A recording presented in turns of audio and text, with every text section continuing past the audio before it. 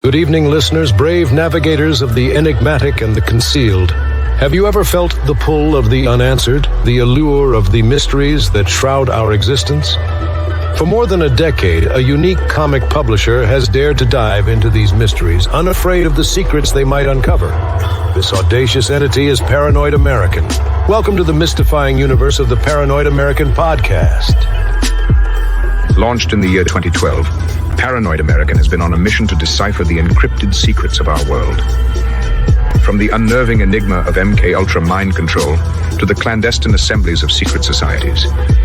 From the awe-inspiring frontiers of forbidden technology to the arcane patterns of occult symbols in our very own pop culture. They have committed to unveiling the concealed realities that lie just beneath the surface. Join us as we navigate these intricate landscapes, decoding the hidden scripts of our society and challenging the accepted perceptions of reality. Folks, I've got a big problem on my hands. There's a company called Paranoid American making all these funny memes and comics. Now, I'm a fair guy. I believe in free speech as long as it doesn't cross the line. And if these AI-generated memes dare to make fun of me, they're crossing the line. This is your expedition into the realm of the extraordinary, the secret, the shrouded. Come with us as we sift through the world's grand mysteries, question the standardized narratives, and brave the cryptic labyrinth of the concealed truth. So strap yourselves in, broaden your horizons, and steel yourselves for a voyage into the enigmatic heart of the Paranoid American podcast, where each story, every image, every revelation brings us one step closer to the elusive truth.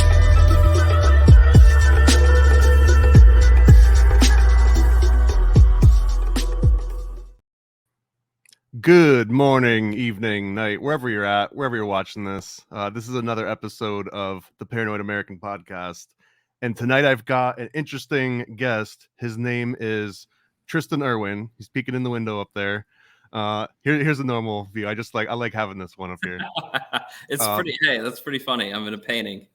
So Tristan, man, I came across your work when I was doing, I guess, like a really superficial dive onto ancient Greek magic, necromancy, Moloch, Baal worship, and your videos kept popping up, and I kept going back and referring to them. And I had like so many more questions, and I figured what better way than to just get you on and poke and prod you a little bit and see like more information that maybe wasn't in those videos. So first of all, welcome to Paranoid American Podcast, and let people know where they can find you.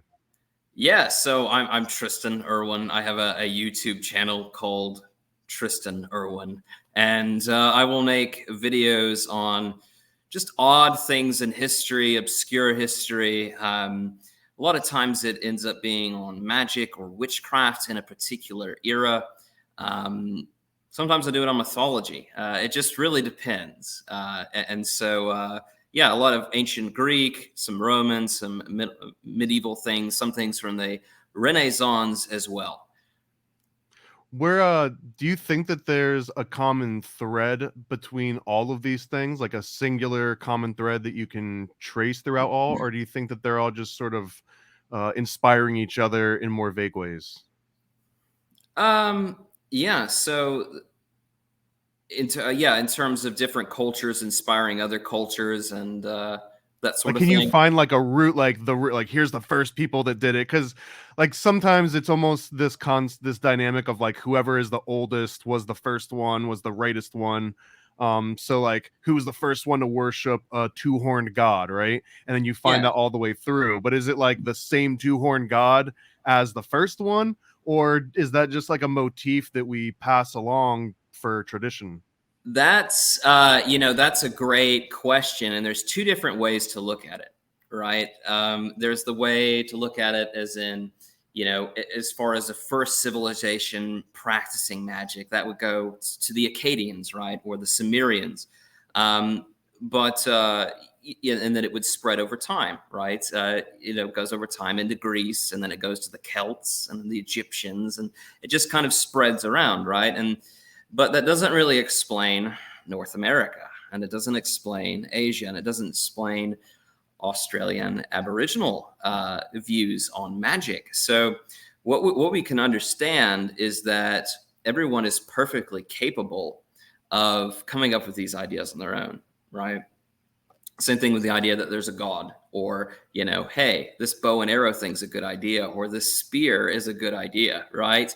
And so there's two different ways, ideas can travel, in that it's a cultural exchange, which is certainly happening in the Middle East, Africa. India's connected, right? Europe's connected to this bulwark of civilization. When you have people much further away, and they're like, how do they get these ideas? How do they get this information? And I think the best explanation is that they have the same brain, right? They possess a human brain, just like the Greeks, just like, any other person on this planet. And the human brain is capable of all sorts of things. And right, a brain in Australia is just as able to come up with the same idea as a brain in Greece, right? Do you think that there's some kind of truth to, I guess, like egregores or thought forms or anything like this, where or is that just because we share the same kind of brains, so we think in the same analogies? Yeah. Yeah, I think there's that, and then you'll have to explain to me what a thought form is.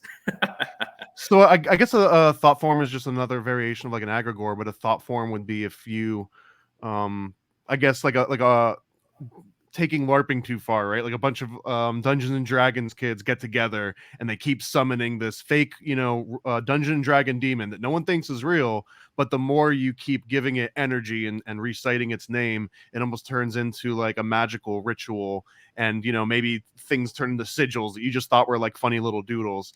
That's a grand oversimplification that someone's like, that's not what it is, but it's kind of what it is, a thought form. I think you have situations where it can be both. It can be one or the other. And with those, you have to take any particular thing and just kind of track it and say, here's the evidence that I think is the reason why it follows this way or it's the other. Right. So with magic, specifically in the Middle East, right, North Africa and Europe, we can trace these things. We know these people are talking to each other. We know these ideas are spreading, right? The Egyptians, the Babylonians, the Greeks, they love to spread this stuff far and wide, and other cultures pick it up, put their own twist on it. And so I think for Eurasia, that's a lot of what's happening there is the spreading of these ideas. So again, I'm coming into this as a complete newbie, right? Like I'm a baby in this space. I just started learning a few years ago. I'm the paranoid American, not the paranoid international yet, but I'm getting there. But I guess one of the threads, and I'm hoping you can either steer me right or like, yeah, that's on the right path, or no, look down this one. But a lot of it comes to what I guess people call Baal worship, but Baal is just sort of a generic way of saying God. It's like saying God worship, which isn't specific enough to mean something that you can really point your finger at. Yet, if you told someone right now, I mean, it would be weird, but if you just walked with someone in the grocery store and you're like, hey, I worship Baal, they'd have a very specific version of what that might mean versus like, oh, I wonder what pantheon, what region. They're not thinking that, right? Yeah, no, yeah. It would be Baal Hamon, which would be the primary deity they would be referring to as Baal. And then it became kind of like a how we kind of say God, we're referring to the Abrahamic one. I think that's it got shortened to Baal over time, but they're referring to Baal Hamon. And I heard, I don't know how correct this one either, but there's like Baal Zephyr, and Baal Zephyr relates to like the god of this particular cave, and that cave happened to be where they said Zeus was born. So there's connections to where Zeus, or like the predecessor to Zeus, or the storm god, also might have been called Baal. Like they were all called Baal at a certain point, and then that sort of prefix just got dropped at and I guess that's to turn into a question. Did that prefix get dropped and Baal worship get dropped? Was that like Carthage falling to Rome, or was there also like a cultural shift outside of that? So in their language, they would have, it's very possible, in the areas where the Greek religion was that interacted with the Phoenicians or with Carthage, right? Or even further back with Canaan. You may have them referring to a Zeus, right, as Baal, right? And likewise, when the Greeks look at it, when when they're writing about what they're talking about, they're putting it in their own terms. They're referring to Baal as Kronos, right? And Kronos was this Titan deity that kind of ate his own children, right? And so that fits for them, right? Because Baal, right? They're sacrificing children to Baal. So Wait, what? No, I'm just kidding. yeah. So the Greeks are putting it in their terms, saying this is Kronos, and then likewise the Carthaginians, they're putting things in their own terms. I'm curious, how much in 2023 does Tristan believe that some of what they were doing back then in Carthage was actually magical and having an impact on the next year's crops? Like, from a very pragmatic and literal standpoint, like how much credit do you actually give those practices? You know, I don't. If that like makes a zero, like a 0 out of 10. 0, yeah. I'm not a believer in magic, if that makes sense. There's some ideas that I think that don't make sense to me, and the idea that you can, I mean, if a deity is a higher being, we are a lower being, right? And plants are even lower than us, and animals are even lower than us. Then what is sacrificing these ultra lower form of beings to a deity? Why is that going to compel them to do what you want, right? What you want them to do? Well, it's the other way around. They're the higher deity. They're there to get you to do what they want, right? Rather than that way around. So, you know, if these various deities or demonic things are real, right, then if you're making a pact with one, it's they are the higher being, and it's going to go their way, not yours. More than likely, in my opinion. What do you think in the context of like King Solomon, and King Solomon had his magic seals, and each one could, like, I guess, command a demon, or you might say more accurate, like a daemon, and not necessarily like the modern version of a, you know, an evil kind of like flying Dracula style thing, but a daemon, as I understood it, was more of just like a process, or like an intent for something to happen. Do you understand any more of that, and like why Solomon and the lesser keys play such a big role in magic today? Yeah, so that's Solomon. You know, it's been a while since I've read that part of the Bible, but you know, you have this tradition of Solomon, and it comes into play over and over and over again, as in people writing these texts and saying, hey, this is from the wisdom of Solomon, right? This is his secret knowledge from Solomon. And those books do play a role in medieval and magic in the Renaissance. The Lesser Key of Solomon, if I'm getting the one correct, was written by the Byzantines, I believe the 13th century. I could be wrong, but there were many different Keys of Solomon texts written, these magical grimoires that could more, you know, innocuous magic, more innocent types of magic in there. And then you have stuff that is, you know, about the summoning of a daemon or even a demon, right? A daemon was kind of like a catch-all term for what we would think of as an angel or an evil demon, right? And it gets separated later by the Hebrews and later the Christians to say, no, a daemon is a demon, and they are evil and only evil. But in the Greek world, in the Greek times, it could be either a daemon could be an angel, it could be like a guardian angel, or it could be an actual demon, or sometimes they're even just referring to a dead person when they say that. It can differ. And I'm jumping around a little bit here just because all these different ideas are firing off as you're saying this. So I don't want to forget this one. So on the tail end of a 0 in that it was, you know, magical in a literal sense, there's also this crossover when magic almost turns to alchemy in a way, right?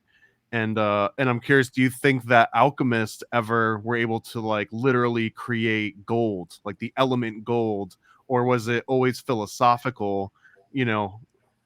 To me personally, I think they weren't able to achieve it, because I think if they had, we would, you know, it would have it would have exploded, and there would have been a lot of people doing it, and the secret would have been very much out, in my opinion.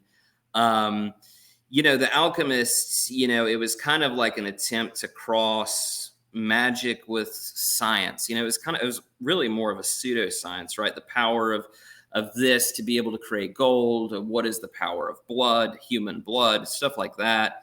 And it gets really odd really fast in the Renaissance. This is a period where we're supposed to be experiencing this supposedly this exponential growth from the Middle Ages, right? We're taking off now.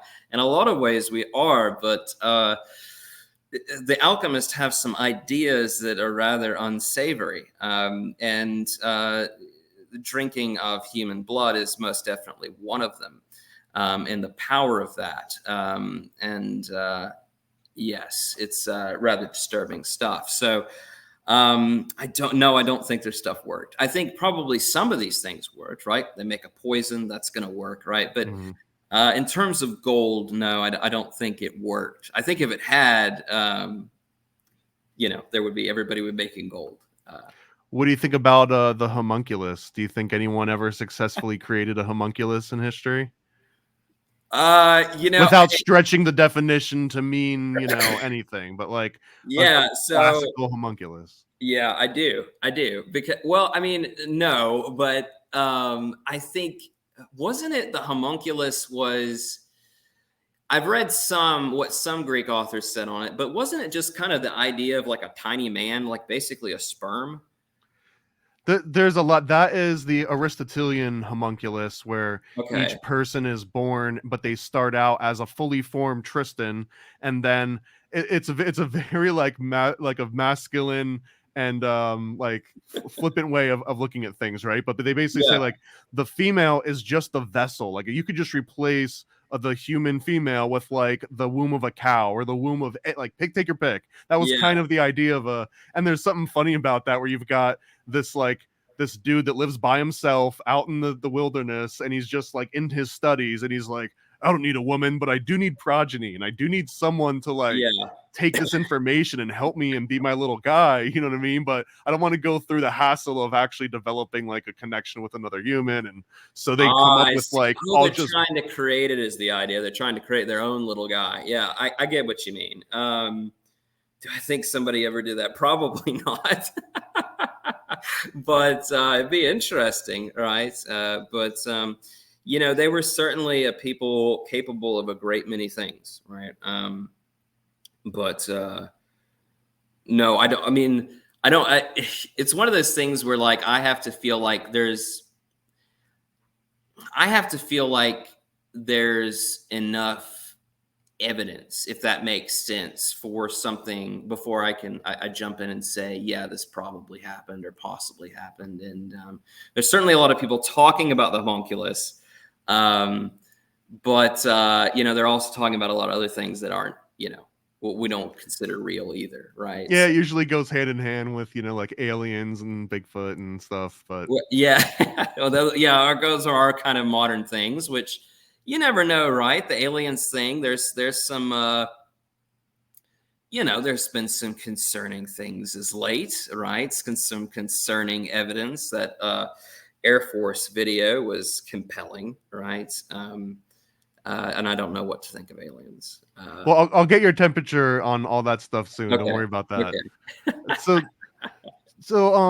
just kind of like similar to Baal, and this is you maybe teaching me a little bit of a history lesson here. But Moloch is also a very complicated term. So here's the information that I've put together myself, which is probably like halfway there, but not quite.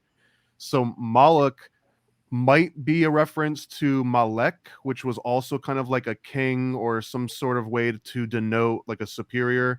It also might be a reference to Molk, or just I guess what we would amalgamate as MLK, those letters together and trying to pronounce it as like Molk, like, which isn't, an easy thing to say without calling it Malk or Moloch or something.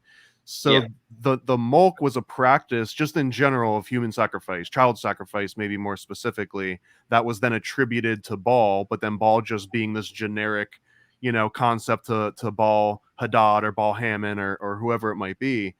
But Moloch, it's like it might be one of like 3 or 4 different things, and it seems a little bit harder to pick apart in that regard. Do you have any specific insight on Moloch? There's not, the thing with that is there's just not a lot of text on this. And it's one of those areas of history where you can create a lot of different theories, but you can't really prove it, right? And so it's kind of into the realm of like, could this be a connection? Could that be a connection? Well, maybe, but I can't, prove it and then make a solid theory from it.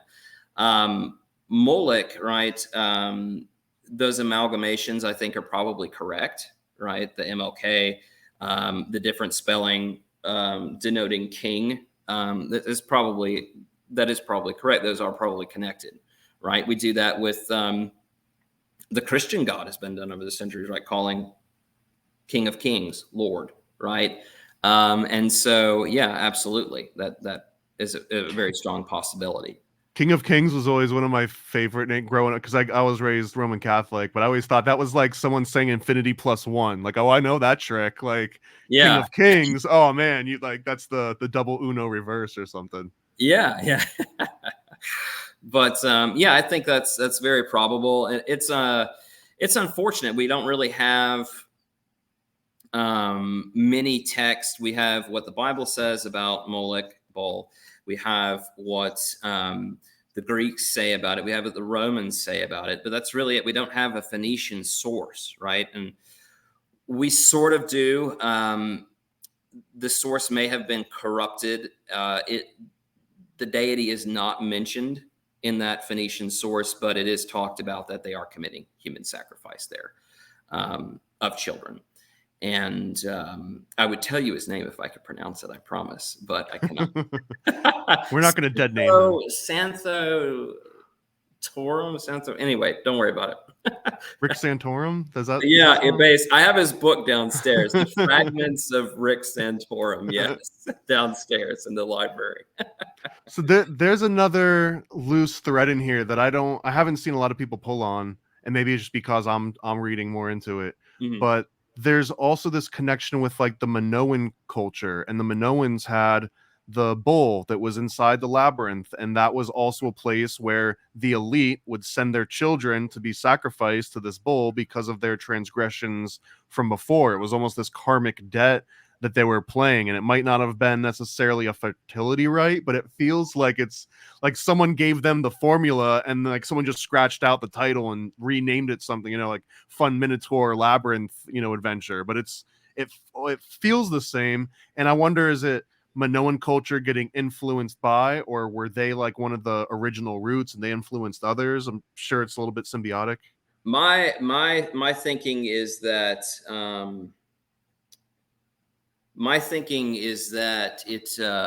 that is the Phoenician religion infiltrating the Greek world and the Minoans.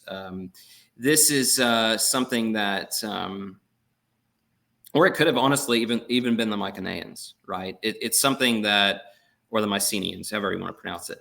But I think it's very possible that tale could even be referring to them. The Mycenaeans. It's something that's a little up for debate there. But we do see a bull deity, right? This minotaur, this half-human monster, right? With King Minos, who's, wife and all that stuff. And we have a bull minotaur monster that the Athenians are sending children to be sacrificed, or young adults, however you want to look at it, teenagers, are being sent over there to be sacrificed. And that there are parallels there, right? Between what is going on with Moloch. We know, or with Baal, rather. Well, I guess it would be Moloch at that time. Well, the Bible uses those interchangeably, so I tend to think Yeah. of Baal and Moloch interchangeably, which I know might not be historically accurate, but it's like if you have a conversation with someone in this century, then referring to them as the same thing almost is accurate, despite it not being accurate. I tend to think of them too that way. I mean, it's a continuation of a practice to an idol of child sacrifice, right? I mean, it starts in Canaan. Canaan, later we name it Phoenicia, right? And then the Phoenicians make a colony called Carthage, and it continues there, right? So it's yeah, I think of them as the same thing, certainly. But yeah, we know that these that deity of child sacrifice was worshipped in Sicily. Crete's not so far away. So yeah, I think that it's my personal opinion that it's very possible the Minotaur is linked to that Phoenician religion. So if we keep pulling on this specific thread, let's Yeah, just, for the sake of simplicity and not getting into like the academic minutia, it's almost like what ancient Egypt slash Sumeria slash Babylon goes into the Canaanites, and then they hit the seas. That becomes Phoenicia, and then that leads to Carthage, and then Carthage falls to Rome. But since Sicily is right in the middle of all that, like Rome and Carthage kind of get a little bit of, culture mixing there. But then there's this other link. So Rome takes it away on one branch, and they say, okay, no more of this public state religion of human sacrifice and stuff. We're going to put this underground. So one thread that I want to pull on is, did it just become like a secret state religion because then the Romans had the cult of Mithras, and the cult of Mithras seems like it was this transition of what the Phoenician culture, Carthaginians would do out in public because it was state religion. And then Rome's like, no, that's not state religion anymore. Let's calm it down. But then those same practices, or generally sympathetic magic, turns into like a military only secret society. And then on another thread, which we can get into in a second, but like it goes down through Tunisia, and maybe some of that bull worship and ancient religion and ancient sacrifice practices go down into Africa. So that I'm just wondering how accurate either of those two threads might be.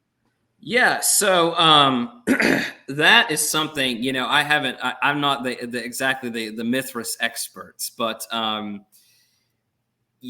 think that in terms of what we think of as human sacrifice post the fall of Carthage, we really only see it happening in terms of the evidence in the Celtic world, right? And then of course it's going to get banned there by Rome once they're conquered. But the idea that it could have, let's say, the sacrifices could have continued to Baal, right, underground without the Romans' knowledge, or it continued on somehow in secret, either by, well, at that point, what we'd be referring to them to as witches, right?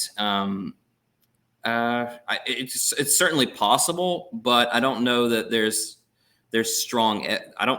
I can't think of any evidence for it off the top of my head. That's, if that makes sense. Well, I guess I'm thinking. I wish I had all of the names of these off the top of my head, but you've got like Bacchanalia, which is not maybe the Roman version of this, but they had other versions of they would like flay animals and wear their skin on their bodies, and they would go into these frenzies, which you kind of mentioned, like the I guess the Gaelic influence, or like the Druidic influence. They also had this crossover of like berserker Viking aspect of like I am going to take all of the parts of nature around here and work myself up into a frenzy, almost as a way of like invigorating this nature magic.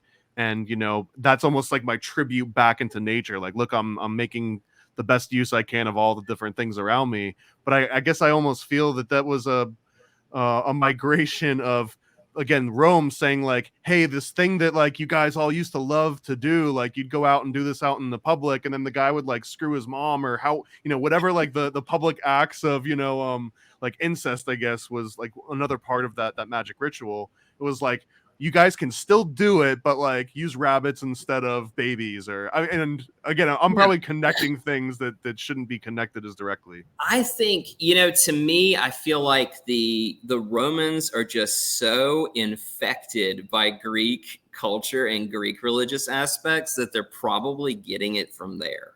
Okay. That's just my opinion, though.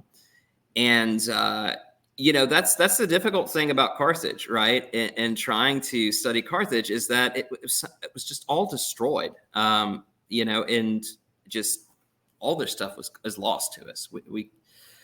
They even poured salt all over the ground there so that nothing would ever grow again, right? So the And people it there couldn't worked feed themselves. It because did, our yeah. stories are from the victors, like most specifically in this case against Carthage. Yeah. So we lose all of that stuff. And when it comes to magic, when it comes to animal sacrifice, the Romans are really getting it. I mean, they're really getting that from the Greek world and from the Babylonians, which they often refer to as the Chaldeans.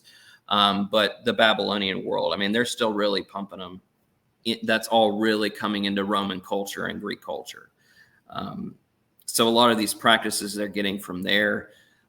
There's going to be cults in the Greek world, the Nuri for one. They're going to be coming from Scythia or Scythia. And that's going to be a cult that supposedly practices cannibalism in Arcadia till they're destroyed and stopped. But yeah, so there's a lot of influence coming in, and it's really hard to say what's Carthage. You know what I mean? Yeah, I mean, it was kind of destined to fail in a way because their culture came from spreading culture, and then the second the mercantiles like were like, hey, I've got enough to like settle down and you know like not sail all the time. I'm gonna like make a little farmland and I'm gonna like set my roots down.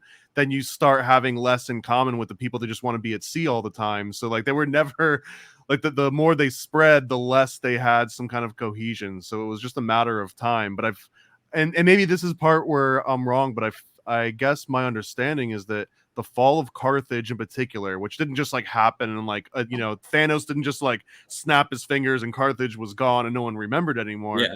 But it happened over time. But it feels like that was the last instance in modern history that state-sponsored magic was a thing, and ever since then it's kind of been a taboo, or it's been a novelty, or it's been something that's, I guess you'd say, occulted, right? It's now esoteric, where it might have used to be exoteric. Yeah, so we do have the Celts who are going to continue on, and they're going to have their state practice magic, and it is going to go on for a few hundred more years after the fall of Carthage, right? I think probably the first, second, 3rd century AD, sometime in there is when the Celtic religion is going to fall. But until then, they are, they're doing their thing, right? The Druids have this power over the kings, and they're in charge of the sacrifices, all that. So we have state sponsored there. The Nazis are going to be ones that are going to try to bring it all back in some ways, right? They get really into the occult. They have formed essentially a task force of what is several hundred wizards, right? Which is state-sponsored magic. They're trying to find the location of British ships and use magic to do that. They're trying to do a lot of different things. They're trying to divine where is the location of Benito Mussolini after he's been kidnapped by the Italian resistance, right? They're trying to use their magic powers, hundreds of wizards, right, working for the government, are trying to find where Benito Mussolini is. They didn't. The SS was the one that found him. But you do have an example of, right, state-sponsored magic when it comes to the Third Reich. Yeah, that seems to have been the last hurrah. That's a pretty large gap too between the Druids and I guess the Third Reich. Is that like the biggest example between those two? It was really driven underground for that long. Yeah, in terms of folks embracing it, I mean, magic got hit hard, and I mean hard, by the Romans. We had a world that was flourishing with magic in the Greek world, in Egypt, and a lot of the Middle East, in Europe, in the Celtic world. And the pagan Roman government got so tired of 1, curses, 2, necromancy, and 3, poisonings. Once Roman emperors started getting cursed, once Roman emperors started getting poisoned, witchcraft really began to be frowned upon. And so why did they care about cursing?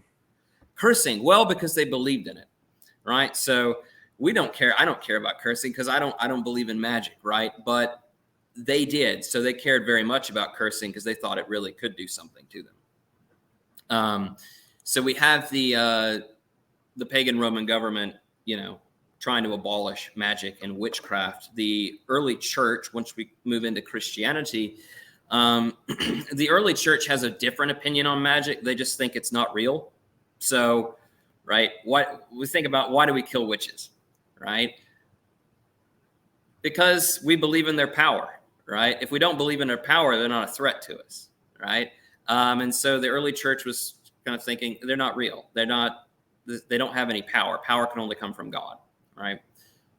Later on, we get to the late Middle Ages, that thinking starts to change. All of a sudden, we're killing witches again. And so these things really got pretty firmly rooted out of Europe. And what's odd is there are little remnants of traditions that, will survive, will make it, of Greek texts, and through what you're talking about, the Lesser Key of Solomon, right? These grimoires that are trying to preserve ancient Greek knowledge of magic, right? And in the Christian exorcisms, right? If you look at the older ancient Greek exorcisms, well, the Christian exorcisms are very similar, right? It's even actually back to Babylonia, circa 800 BC. I've read the Babylonian exorcisms of those incantations to get a demon out of somebody, and it's all very similar to what, right, was used by Christians. So there's little fragments that survive and carry on throughout time. That's interesting. I hadn't heard that before, that Christian exorcisms were based on Greek exorcisms. And are you aware of any like heavy overlap between early Christianity and magic, like when it was acceptable, or was like as soon as Christianity came on the scene, did it start to phase magic out? Yeah, so I think so. We have a couple things working again. We have the stamp down by the pagan Roman government, right? And then they come to Christianity, and it's like, no, magic just isn't real anymore, period. And then we get to the point where we're trying to get rid of pagans, right? There's certain movements in certain areas where they're like, hey, we got to get rid of pagans, right? So there's all these things working against magic at the time, but there are Christians who are going to be practicing magic, right? There are Christians who are going to be doing these things. Protections against the evil eye, for example. The evil eye is still believed in, right? Over there in Eastern Europe. You can go to a lot of places, even here in the States, and they'll be selling it, right? The protection against the evil eye. And that's something that survived in the Greek East all the way till now. That was an ancient Greek thing. It's still around today. It survived through the Greek Orthodoxy, right? The Orthodox Church, which was thankfully pretty nice in terms of they weren't going around witch hunting or anything like that. They actually preferred. So if somebody got caught practicing witchcraft, they'd probably get an exorcism. They would get an exorcism, or they'd get a whipping, and then they'd be sent on their way. Just a whipping. Yeah, just a whipping, which is not a bad thing, which is pretty good compared to other things. But for the most part, the alternates. Yeah, for the most part in the East, they really just ignored them. They're just like, whatever. And sometimes you have that happen in the West. Like not everybody was. I've read documents of people coming in, and they go into the police station, they confess, I'm a witch, I did this, I did that. And they're like, we don't believe you, leave. So it's not always so cut and dry, if that makes sense, with all of this stuff. There's a lot of variety involved. This is going to sound random, but I just, before we get too far away from the Druids, I've got one question that I read something that blew my mind, and I haven't found any other context on it. And you mentioned how the Druids had the power over kings. And there's a lot of instances where they find, I guess I was doing like human sacrifice rituals in history, and they find like all these people buried in bogs. And one of the sort of consistent anomalies is that they would cut the nipples off of some of the men, because it was believed that the nipples hold some sort of power, and that if you didn't have nipples, you could not be the king. So that was like this way of that, even if you were to somehow able to reincarnate or had an afterlife, you couldn't become a king in the afterlife because you had no nipples. Have you ever heard that? Do you have any other context on that? I did not. I have. Okay, so I have gone through every single ancient source and mention of the Celts by the Greeks, by the Romans. I've gone through every Irish and Welsh source through the Middle Ages. I haven't heard of nipples. I'm gonna see if I can pull up that reference. doesn't mean that other things aren't happening, like more modern things, and they're not linking like folk traditions and then saying, okay, I bet this happened back further, and then they're trying to connect that to the bog bodies, because I've seen that happen with honestly quite a few reputable historians with things like the burnt brannock, right? There was a there's a festival for summer, Beltran. But in this festival, they would, and this was in the 1800s, they were still doing this in certain remote areas, where they'd they burn a cake, a brannock cake. They burn a piece of it, part of the cake, and then they'd put it all, break it up, put it in a bag, and then they blindfold men, and the men would grab from the bag, and if they grabbed the burnt cake, they had to run around the fire 3 times or jump over the fire 3 times at the festival. And what they think is that because one of the bog bodies was found with a burnt brannock cake in it, that this more modern festival has links to a human sacrifice ritual, as in the person who grabbed the cake back then was sacrificed. Or maybe he just didn't make it over the fire when he was supposed to jump over it, right? Exactly. That's the thing, is that, you know, you can make all these connections, but then it's like, well, does that prove it? No, but it is exciting, right? There is a connection. I wish I had a better example. I just on the whim I found a quick a reference to this one. So Okay. Human sacrifice in ancient Ireland, and if I just search for the word nipple, Okay. there we go. All right. So yeah, Cashel Bog. Old man had holes cut through his upper arms where ropes were inserted to restrain him. Repeatedly stabbed, had his nipples sliced off. And then there's another example here. He also had his nipples removed. And they mentioned this bog body, and then here we go. This is the part that I guess I had heard. Sucking a king's nipples was a gesture of submission in ancient Ireland.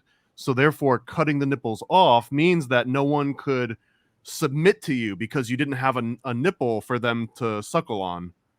Okay, so that's possible. Yeah, so I haven't read it. That doesn't mean it's not real, right? It doesn't mean that there isn't some Irish. I had to make sure I wasn't just grabbing the first one, which was like a Quora question, but this one actually comes from the Dublin City Council. I guess. I think it's very likely, and right, like what I was talking about with the burnt cake, brannock cake. I think the same thing is happening here, where there is a certain tradition, maybe in one of the former Irish kingdoms, that, you know, they talk about that they had to kiss the nipple, some weird ritual where they had to kiss the nipple, and then hey, these bog bodies from, 60 AD or whatever, they're missing the nipples. Maybe it's connected, right? Maybe that's what's going on, and they're inferring from there. It's tough. It's a fun theory. It's a fun theory. It is a fun theory, but gosh, it's tough when, all the evidence is gone. It's one of the most frustrating things about the study of history is when you don't have the evidence and you're like, hey, I'd love to be an expert on the Celts. And it's like, well, that shouldn't take you long. So just because there's just not much evidence left, unfortunately. So when we were talking before we started recording here, and like over email, but I mentioned that I had this ongoing theory, which I'm piecing together myself. I'm not writing a book on it or anything, but that this sympathetic magic kind of ending in Carthage, and you said, well, you weren't familiar with any sympathetic magic per se, other than these Greek voodoo dolls, and I don't even know how to pronounce the name. It was actually the first time I had heard of those. The Colossi, yeah. The Colossi. So yeah. So the first again, this is like oversimplified, but are voodoo dolls from Haitian culture? Is that, and arguably from West African culture? But are those the same voodoo dolls that just made their way through Carthage, Tunisia, and down, or is this the human brain's the same? It could be that, but I would say it was probably the Greek and the Babylonian practice of using the Egyptian practice of these colossi dolls that spread its way down into Africa. I mean, the Greeks were very prodigious in terms of their exploration and making contact with all these different peoples. And that was a connected world, and so I think it's very likely what Haitian voodoo dolls. It's very likely that they are a lost remnant, a remnant of that older practice. And with these dolls, the colossi, it could a lot of times it was convincing somebody to love you back, right? And so you take this doll and you make it and I don't know, be weird, do weird stuff with the doll, and it would convince the real person to love you, right? Of this effigy. And then, of course, they did the nastier things where they make a doll of somebody and burn it. And I'm just saying, why don't you love me? Don't you know what I did to that doll last night? How can you not love me? Precisely. And so then the beatings began after the after the frustration of it didn't work. Now we're going to start beating the doll, right? And this is seen in medieval Europe, where there's instances and in the Renaissance with the making of a doll, right, for the purposes of torturing someone else. I believe her name was Anne Gowdie. It was a Scottish woman accused of witchcraft, and she had made her and the other members of her coven had made a doll, right, to kill a lord's son. And supposedly the Lord's son did become sick and died. And this whole thing was discovered. It's unknown whether she was actually a witch or not. I would, in my personal opinion, the answer is yes. I think, yeah. And you'll see this with, when you go into these, a lot of these people are just seriously mentally disturbed individuals, right? They might be evil, but they're also seriously mentally disturbed, and they lost their mind a long, long time ago. And I think that was one of those individuals. Of course, you have, especially when we get into the Middle Ages and the Renaissance, it's a lot harder to tell who was guilty of doing something wrong and who wasn't, because you throw torture into play and you don't know that the confession is altered when it's put to paper and all sorts of other things. The witch fervor really makes that harder to ascertain. What is magic culture and what is the Inquisition's ideas of what magic culture is, right, at the time. Is there a direct correlation between, I guess, the witch hunts and the Inquisitions and Carthage falling to Rome? Was that like following the same inertia, or do you see these as completely separate initiatives because they span too long a time? I see them as definitely separate initiatives for me with Carthage. I think the initiative, I would compare it to, the Roman, what was effectively a Roman Inquisition on magic in going into the 1st century AD. I would compare it to that for me personally. And I see a continuation of it from ancient Greece all the way to Babylon, what the ideas of the witch is, the old hag, for instance, they're after the children, right? These are stereotypes that go all the way back to Babylon, right? That it's women that are primarily the ones doing it. This is 800 BC Babylon, and it's all getting brought back for this witch fervor in the Renaissance. So the stereotypes stay. Yes, some of the magical practices continue, right? But it does get really hard to say when we talk about, hey, are witches kidnapping children, right? We don't know that because we got, it's hard, right? It's very hard to decipher the evidence. And we don't, for instance, see evidence of that, like that they're kidnapping children, other than that the authorities are saying it. Yeah, you're talking, this is crossing over a little bit into the blood libel sort of thing that happened for hundreds of years, but that was a very common thing that someone will be accused of. Someone new comes into town, or someone unfavorable, and it's, they're kidnapping children, or they're the one that made little Johnny sick across the street. And this, on a tangent, I actually did hear an interesting take on the old hag archetype, and it was that they didn't have any form of like social welfare in certain areas. So like everyone's seeing this old hag constantly. It was like this reminder of mortality and sickness and death that just no one wanted to have in mind, because they were already living in pretty rough times. So like these old hags would just become the scapegoat of like everything going wrong. And the state almost saw this as like, wait, this is a healthy thing. Like, two birds, one stone, right? People get to take out all their superstitions on a particular source, and we don't have to worry about like maintaining and the upkeep of the elderly population as they go out. You just, oh, it's a wizard, or it's a witch, and like it kind of like solves itself. And that there was a dramatic decline of this old hag and witches being like burnt once like preliminary social welfare programs started getting together, because then like they didn't have to become an old hag, and they didn't have to be looked at as a burden. I don't know if that's true. It was just an interesting concept.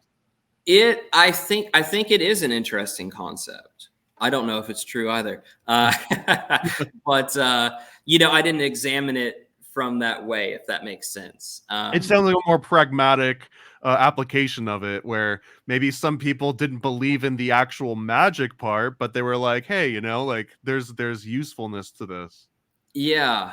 It's possible, right? Do I think that was engineered by the state down? I don't, but I think it's possibly has something to do with it, right? We see in ancient Babylonian texts, the hag is instantly linked to death and disease from the very get-go. From the very first mentions of the hag, it's a spreader of death, of disease, right?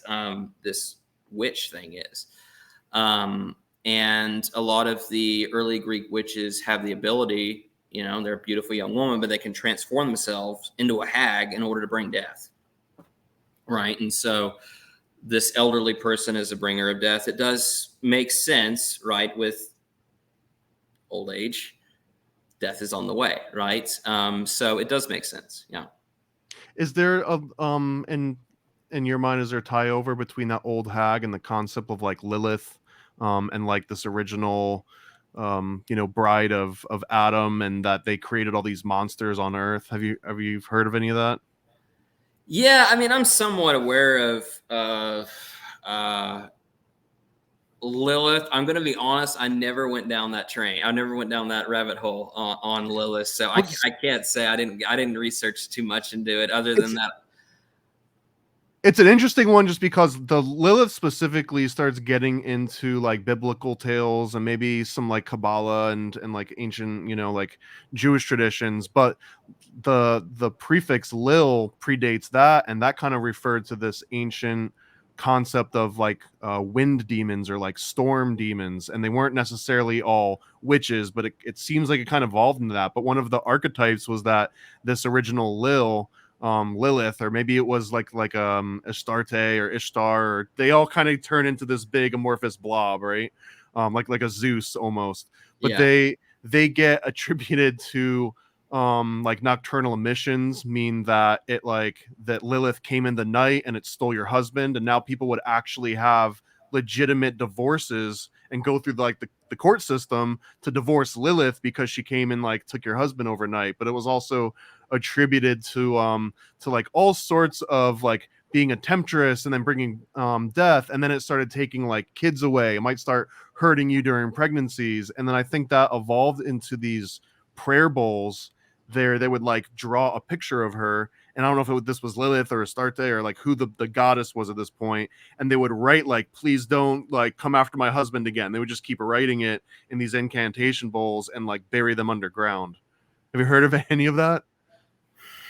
Yeah, so I've not with Lilith particularly, but that is a tradition. Like with the Lamia and later the Mormo, the Greeks, the ancient Greeks had various ideas of similar creatures who did exactly the same thing, right? Would steal husbands in the night, would come after to kill people, would be a seductress, that would be the Lamia. The Mormo and would go after children. might have been the Mormo. No, the Gelo. The Gelo would cause miscarriages, like demon thing, get into the womb, kill the baby before it can even be delivered, right? So the Lilith thing seems to match up with a lot of these Greek superstitions.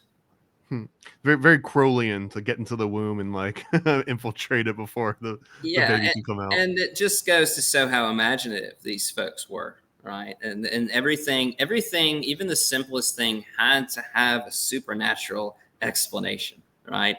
That's something we notice with these ancient folks, is that, you know, everything, even the simplest things, often have a supernatural explanation in their mind, right? Do you think that this carries over modern day? And I'll give an obvious and kind of like a flippant example here, but like the concept of spirit cooking, or that the elites are, you know, kidnapping children and doing blood rituals for power. And it's just like, even today, if you don't believe in magic, do you think that there are people in high places of power that do believe in it and are still doing what they might consider their like Greek ancestors or Babylonian ancestors to do?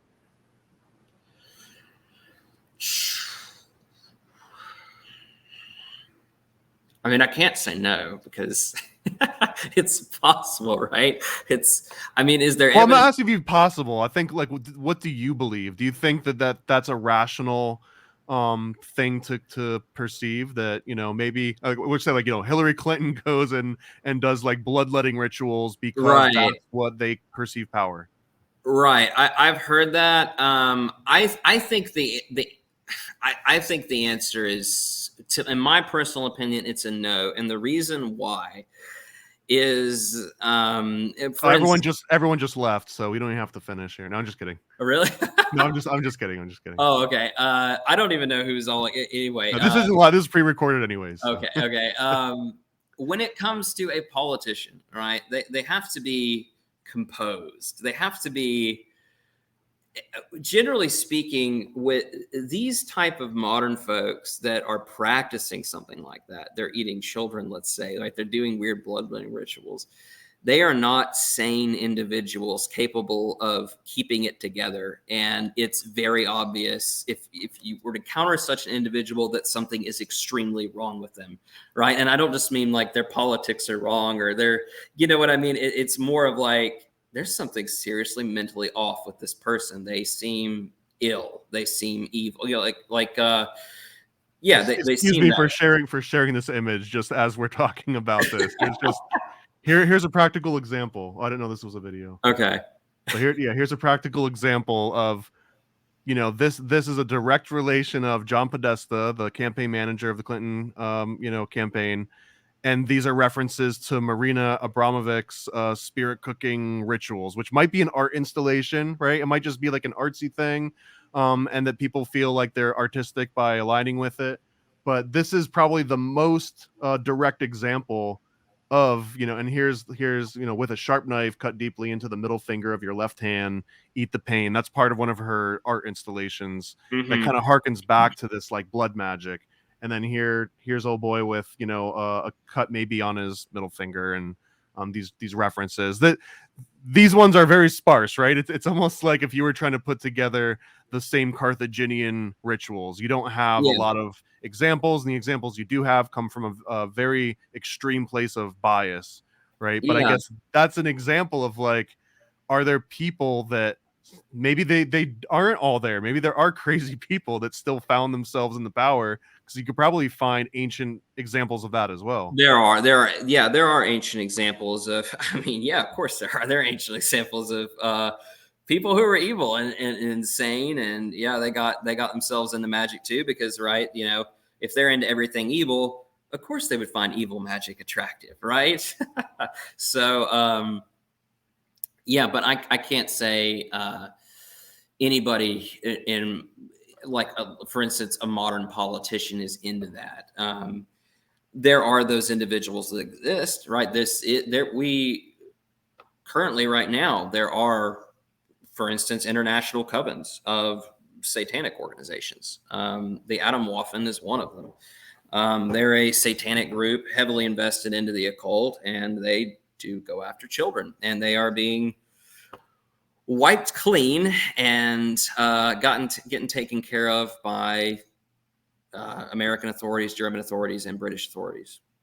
Really, I've never heard of that. Is this what the Sound of Freedom is about, or taking them all out? No, I don't. No. It's really more very limited interactions with individuals who happen to be,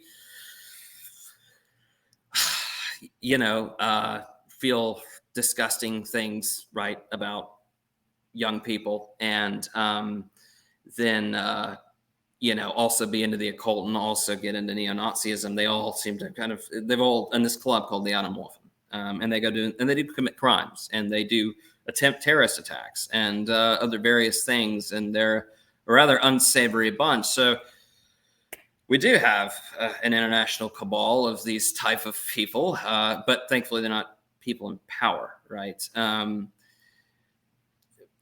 As for if I would know if no, because I actually had never even heard of that group before. I'm going to have to look it up afterwards. Yeah, just don't look too deep. Because you'll get, the FBI. Maybe open up like a Tor browser or something, right?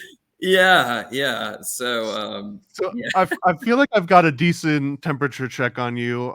Like maybe not so much believing in actual magic, but believe that people did believe in magic. And yes, definitely. So, okay. So I've got a little segment here. Have you ever done PCP before, by any chance? PCP? Oh, the no. The okay. Drug, right? So yeah. So tonight we're gonna do some PCP, but this is just the I call it the paranormal conspiracy probe. Okay. And we've already done a little bit of it, so I'm not going to ask you if you believe in magic. That's usually one of my go-tos. But I've got some other similar ones. And again, this is like a 0 to 10 rating. So if I said magic, you'd probably say 0, right? Yeah. But if I said, did Carthage actually exist? Maybe that's a 10. So, and then anything else is just kind of open to discussion. And based on your response to some of these, I might pry a little bit farther into some more or less. And some of them might sound silly, but I guarantee you I've heard all numbers on all questions. So like nothing is too off the table. No, it sounds fun. It sounds fun. Yeah. All right, you ready? I might know some of your answers to these, but I want to ask anyway, just to be sure. So yeah. I'll kick it off with what I think might be a 0, but just let me know. Someone within the last century has successfully summoned a literal demon. Oh, a literal demon. A literal demon. Oh, like actual demon. Poltergeist, the spoon floated off the table, or I don't know what the literal demon might mean, but exorcist style. Oh man, this is tough. Because I'm very much on I'm back and forth on my belief in some of these. You can say a 5. A 5 is kind of undecided. Oh, I'm gonna go with a 3. I'm gonna no. I'm gonna go with a 2. I'm gonna go. Okay, that's respectable. And the reason why, and if let's say demons are real, and the reason why is because I don't think a demon cares if I want it to come help me with something. Just remember again with the higher power thing. Like, why would I? Who are you? No, I'm not gonna help you. I want you to help me. Right. Okay. That's a fair point. I think, yeah. All right. Edward Kelly was a con man, and he was just running a con on John D. Okay, you're gonna have to remind me. Wait. Or you're gonna have to remind me who Edward Kelly is. I can do a refresher here. So Edward Kelly was a guy that apparently had developed this special red substance, which was a precursor to the Philosopher's Stone. But he worked with Edward Kelly, and he was his scry, I believe. And John D. And Edward Kelly would basically like scry and talk to the angels, and John D. would kind of like take notes on the side, I guess. If you're not familiar with it, then you don't even have to give it a rating. I'm gonna go with 0. It's not because I don't think it. There's just so many that we know to be frauds that have just kind of ruined it, if that makes sense, and then so you're just his famous story, my favorite one, I guess, let's say his favorite, but Edward Kelly and John D. is that first of all, Edward Kelly had his ears clipped because I guess back in the day, if you offended or you like ran a con on someone of power, they would like chop your ears off so that you couldn't hide, and it meant you were kind of like a scoundrel in a way. So he also had these clipped ears, but his infamous scene was that he told, when he was communicating with this angel that he summoned with John Dee, that the angel told Edward Kelly that the angel wanted John Dee to share his wife with Edward Kelly in order to like proceed with this magical, ritual. Oh yeah. So there was a little like occult wife swap thing going on there. Oh yeah. Sounds like a legit guy. So again, 0 to 10. There's human clones walking among us today. Human clones. Human clones are walking among us today. Wow. Even just one counts, even if there's just one. But it's like it can't be in like a science lab somewhere in like a petri dish. They gotta be out. They gotta be out and about. They're out and about.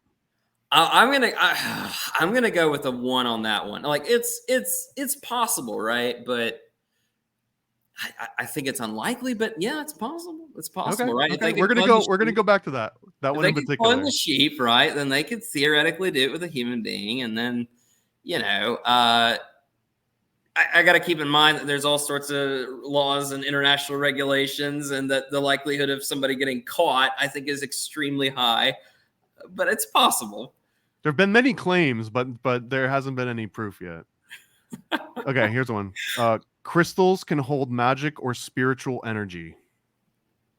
I'm gonna go with no on that one. I think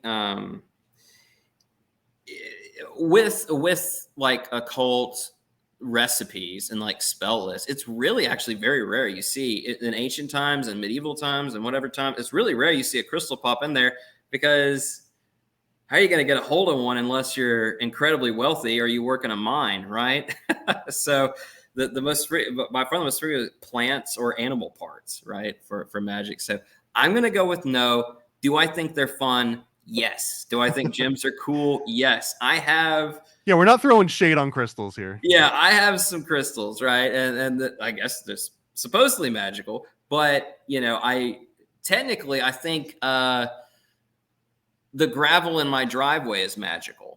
So are there no really good examples of crystals being used at all in like ancient Greek magic? Like when did crystals make an appearance? It'll come up, but you could read through like, I don't know, 500 spell lists, and you might only find one with a mention of an emerald or a ruby, right? It's just really rare and sparse, if that makes sense. Interesting. That's actually a really interesting topic. Yeah. Psychedelics provide access to an objective external reality. A different one. As in, like you are now able to perceive objective things that are out there because of the psychedelic. So I might be able to see a ghost, for instance, or whatever, or the thing that you do see is a thing that's actually there that you just can't normally perceive. And I guess the question is, it's happening out there, and it's not just happening in meat space. Yeah, I can't. Hey, I can't. That's something that is kind of like the ghost thing. Like you can't, or like a god or a god. You can't really say that's not. You can't disprove it, right?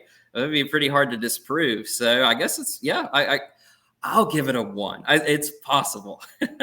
so let's do ghosts next. Okay, ghosts are real. Ghosts. 0 to 10. Ghosts are real. So with ghosts, and I mean like a Victorian ghost, like a lady that's weeping and like floating around in a house.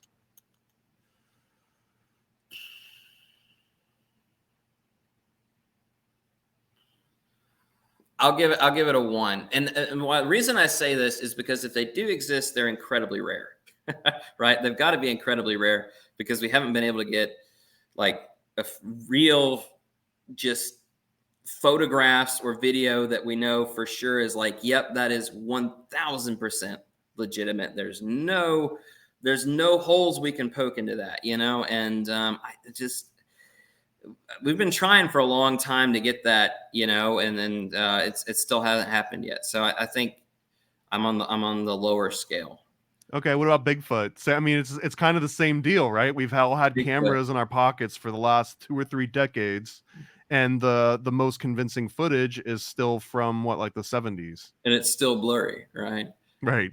Where are you at in Bigfoot? I saw Bigfoot in a park the other day, and I tried to take a picture, But as soon as I did, my hands started doing this and shaking. And so well, I don't know if you know this, but Bigfoot is actually highly technologically advanced, and he can detect if you have technology on you, and if you do, he can just kind of phase out of reality. So, you know, that's I can't disprove that he has that power. So is he a one sitting next to a ghost in the one column, or do you think that there's more of a chance that there's a legitimate Bigfoot out there? For me, I'm gonna go with a zero because wow. for the longest time, people didn't think panthers are real, like a black panther. For the longest time, they didn't think those are real. Finally, they got photographic evidence, and they caught one and got it in a zoo, and everybody. But eventually, they were able to prove it was real, right? With ideas of a kraken, right, a squid. Eventually, one washed up on shore, and everybody was like, you know what? It's real.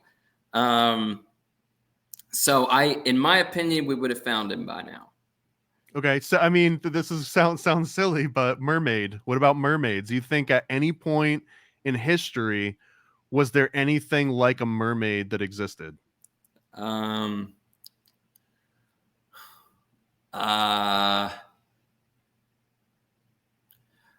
probably going to go with no. I'm probably going to put them in the realm of fantasy. Yeah. Not that I dislike fantasy. I love all this stuff, but I believe it's true? The answer is no. Did the Knights Templar kiss cat buttholes? Cat buttholes? No. Probably. Have you ever heard of this? You've never heard this? I know that it was one of the charges levied against them. I don't remember that. I don't remember that one. You'd think I would remember it, but it's been so many years since I read it. No, I don't. I don't think the Knights Templar were engaged in satanic rites of any kind. You know, they were the most ruthless of the Christian. Well, no, they weren't. The Teutonic Knights definitely were, but they were pretty ruthless. Yeah, I just don't think they were involved in that. It very much seems like a power play. Do you think the references to Knights Templar and Baphomet was just a bastardization of Muhammad? Or do you think that there was something more to that? I think what we have is a legitimate conspiracy on the actions of the King of France to take down the Templars. Because he owed him money? Do you think it it came down to he owed the money and said, "You guys are magic, kill him"? I think, and that he didn't like the power they held, and that they have all these banks in the country, and they have so much money in them, and all I got to do is ban this order, have them all arrested, and I'm suddenly the richest man in Europe.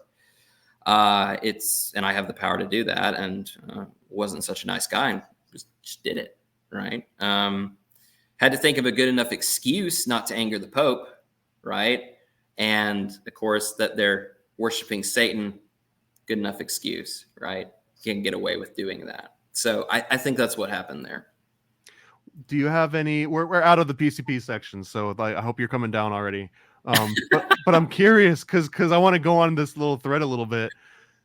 The concept of like Rosicrucianism almost feels like magic adjacent at a certain point, but they were trying to, like, you had way more scientists joining the ranks of like Rosicrucianism, even though it feels like it had like these remnants of like alchemy and mysticism attributed to it.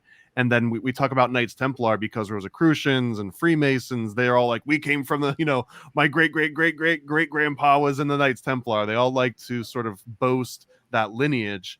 But what do you think about like Greek ancient magic role and kind of like more modern versions that you see in, I can call Rosicrucianism modern, right? I've never even heard of it. You've never heard of Rosicrucianism? No. Oh man, I think that would be a nice natural progression into like some what of I should look into. Yeah, maybe. Yeah. I'll look. I'll look into that. Because it's like if you took the pseudoscience and didn't get rid of the pseudo part, but then like started cranking up the science dial. You know what I mean? Like it's. Yeah, I see. Yeah, I get what you mean. Yeah. Absolutely. That these older things somehow, I mean, that they do still have an influence today, right? a lot of these things are still around, you know. I mean, like a belief in magic. I mean, healing crystals are obviously very popular, right? Well, And the law of attraction is another big one. The Secret. Did yes, you the get law. swept in the Secret when the Secret came out, or what did you think about it? I thought it was funny. Like I get it. Like I don't think it's a bad idea. Like I don't think it has like magical powers to it, but the idea of positive thinking, I think, is overall a very good thing. Now, as in like me like essentially wishing something to be true and it coming through true just because I'm like, I just kept thinking I'm rich. I just keep thinking I'm rich. And then somehow at some point I am rich, right? I don't. Well, was Mercury in retrograde or not? I mean, this is important. Was what? Was Mercury in retrograde or not? I don't know. It's just a joke. Um, Because you can't just wish. You have to like wish and then like astrologically align your wishes with the right part of the year, and you know what's your yeah. birth sign. Like you gotta do the math, man. You gotta do the science part. That's what some of this magic comes down to, and it's really funny because it's like they make you do so much sometimes, and it's like on the full moon at the end of autumn, the last full moon of autumn, get a tail of a cat, get the gizzard of a bearded dragon, get all these things, gather them all together, and then just like, okay, who's actually going to be able to accomplish that, right? And that's probably a way to keep, right, their spell from being refuted as fake, you know, in some instances. So Do you think that those were just code words? Like when they said like the gizzard of a lizard, it really meant like go get some, you know, calcium or something? Because like the coded alchemical, like I think oh yeah, man, so even Isaac Newton had like a whole thing where he was trying to decipher like what the ingredients really meant. There is, so I think it's probably, I don't think it's coded in terms of like the ancient Greek stuff, but they would speak a language and they would write this language that nobody understood what the hell it meant. We still don't. Most I think it's just gibberish, and I'm kind of on the same persuasion that there's no way they invented their own language. This has got to be just gibberish. But it is possible they had their own secret language, yeah, and that these words that appear to be gibberish actually did mean something. Is this as similar as like the Voynich manuscript? I'm not familiar with that one, but yeah, very possibly. I think the idea for a lot of these was that I'm going to write a bunch of gibberish here.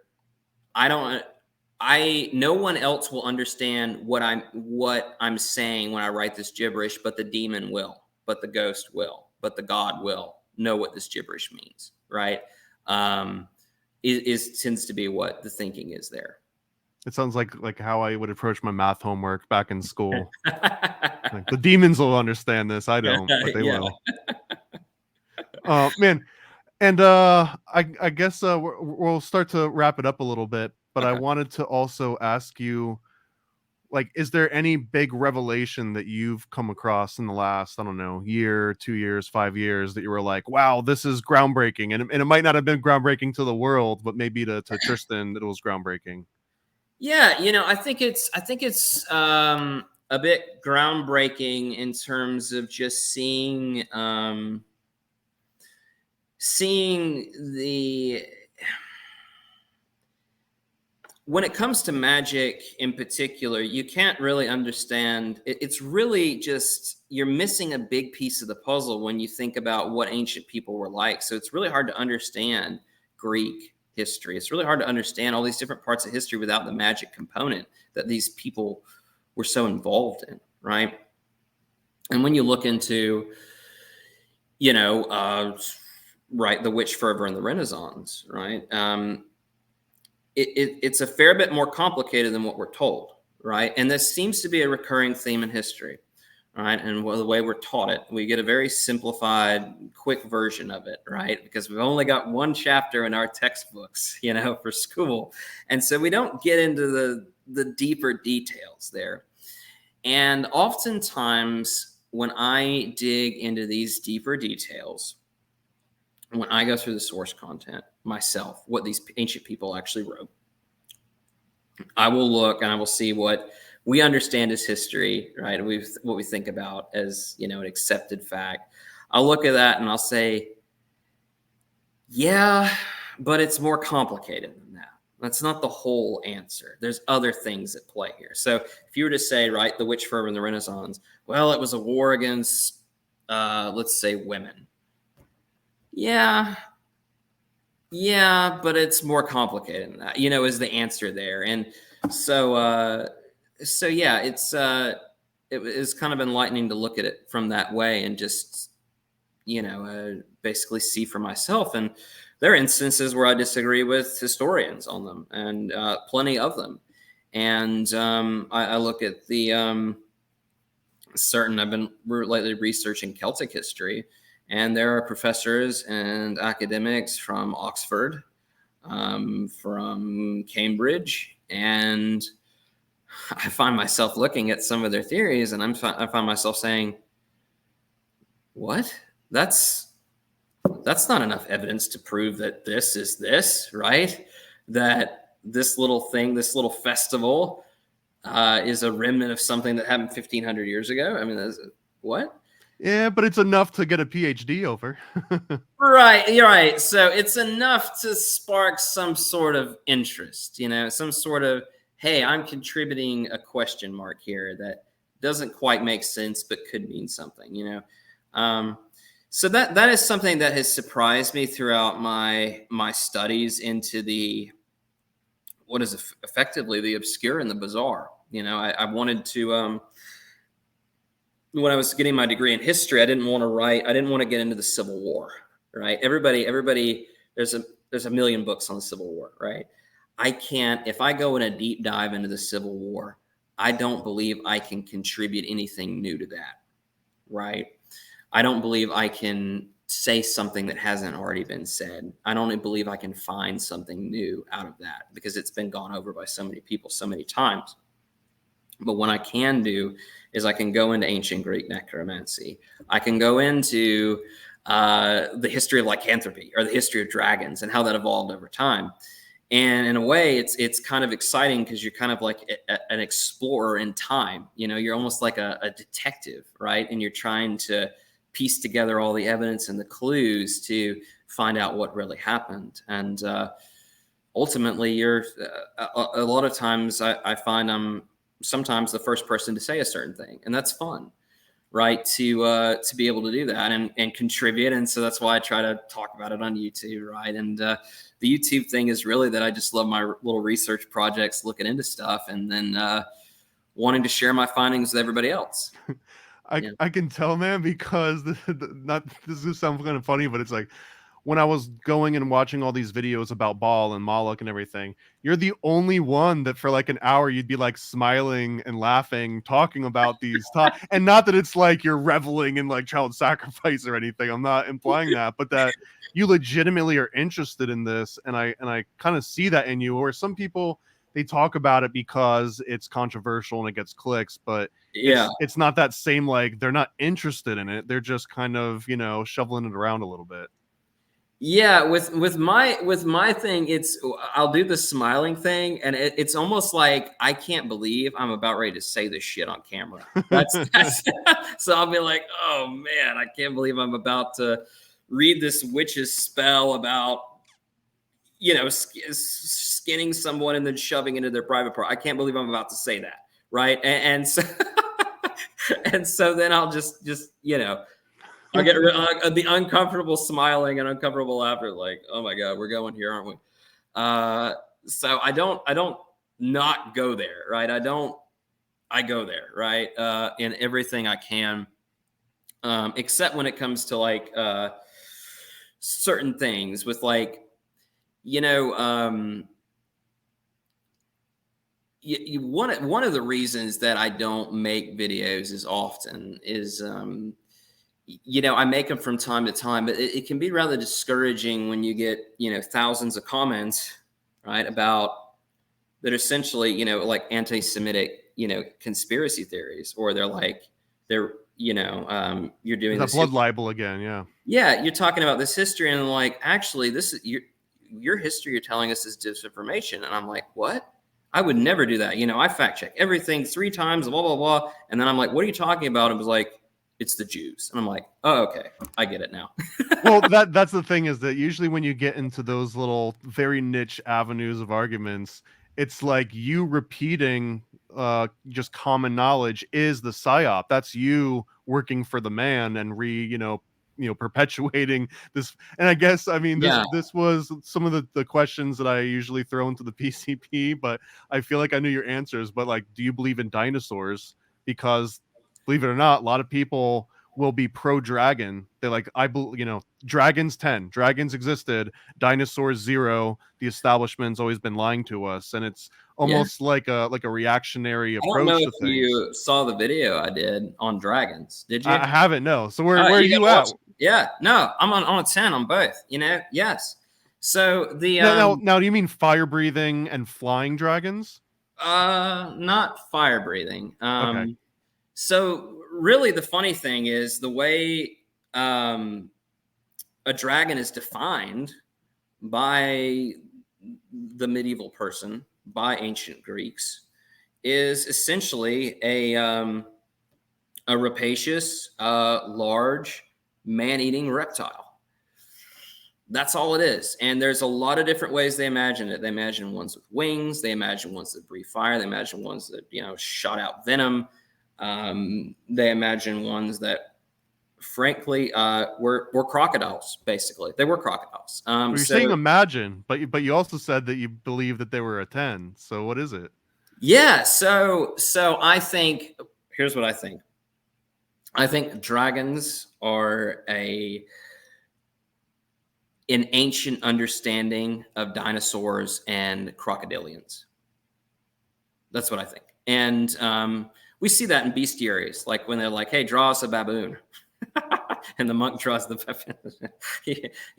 Very different from what the actual thing is, right? Or just a horse. Sometimes just a horse. It's like, hey, draw a horse or a the cat. Most basic thing, and like, I have never been allowed to read this abbey. I am the most educated man in England, but I've never stepped outside this abbey. And they'll try to draw it based on the script. You get something really wild here. But in terms of if you all are interested in dragons, I would look up that video, because I do go through all that evidence. I spent about 2 years doing the research for that one. I'm originally going to do a thesis on that. And we talk about all the examples of this is probably a crocodilian. This is probably, we talk about ancient people finding dinosaur bones. It's in there. It's in the text. They think they found giant bones. They think they found giant bones in Sicily. They think they found them in, just all over Greece and Europe. They're talking about finding bones of giants or bones of dragons. And what they're finding is dinosaur bones or woolly mammoth bones. In Poland, I believe it's in Poland, on the cathedral there, the bones of the dragon Smock Wawalisk is still hanging up on the cathedral. Those dragon bones, they thought they were dragon bones. They're woolly mammoth bones. Right. And so this is our human imagination trying to make sense of seeing a giant 10-foot bone. Because how do you explain that? Right? You don't. So it's they came up with the best thing they could. And it's amazing they were able to figure out it was somehow a reptile. Right? Somehow a big lizard guy. I would love to get deeper into that. And also, you said lycanthropy, and we could probably do a whole thing on like King James and demonology and werewolves. And I've got some friends that 100% believe in the actual concept of a werewolf and that it existed at some point. And the like Lycos, and that it gets into like mythology. Man, that's going to be a fun topic if you're ever down to get in on that one. I am down for it. I did a video on the werewolves and talking about serial killers who thought they were werewolves, and all the way back to ancient Greek myths of the Nurae and the Scythians and turning into wolves and eating people and just all sorts of shenanigans. Yeah, I'm down. I'm smirking because I already know exactly who I'd have in on this. My friend Slick Dissident, who's huge into werewolves. So I'm gonna make that happen, man. Okay. So, Yeah. That so, sounds good. so again, Tristan, this was an awesome conversation. Hopefully, it was lots of new information for anyone watching. And if anyone wants to get deeper on this, it sounds like you've got a badass video about dragons and werewolves, and the ones that I found you, which was on like necromancy and Moloch and Ba'al worship. So where can people find you, and like what are some other like what are your top hits?